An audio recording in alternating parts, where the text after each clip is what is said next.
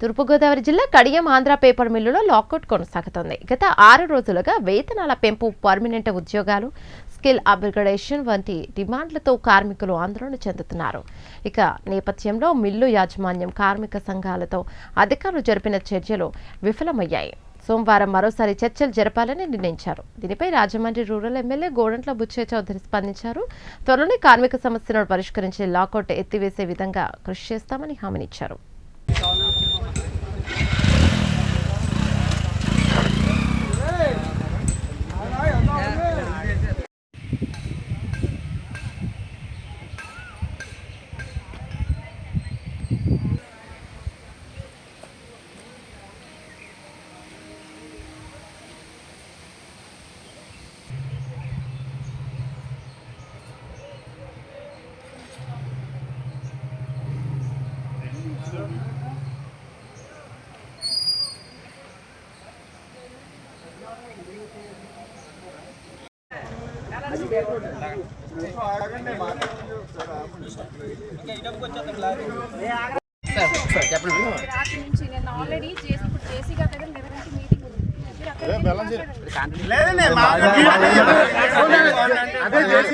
బయట కూర్చోమని చెప్పారు.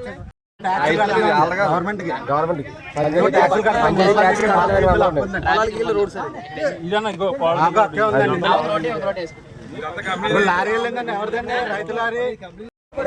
సమాధానం కావాలి కదండి. రాత్రి నుంచి కాస్ ఇదే, లాకౌటే లేదు. అదే సార్, ఓకే సార్.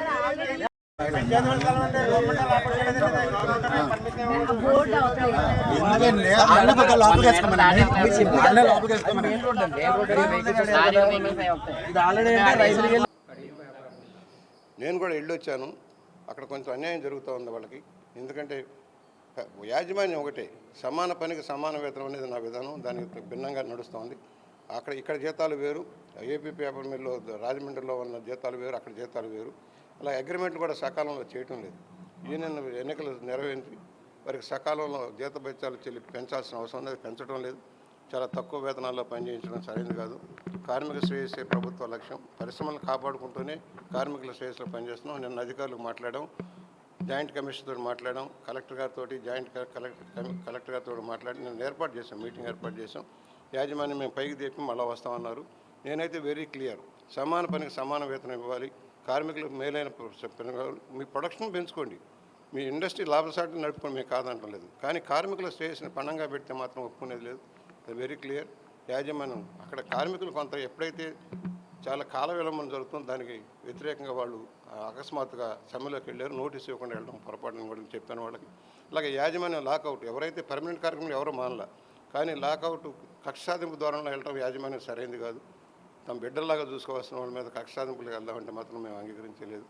త్వరలోనే దాన్ని పరిష్కారం చేస్తాం. వెంటనే వాళ్ళకి న్యాయం జరిగేలాగా చేస్తానికి మా ప్రయత్నం మేము చేస్తాము.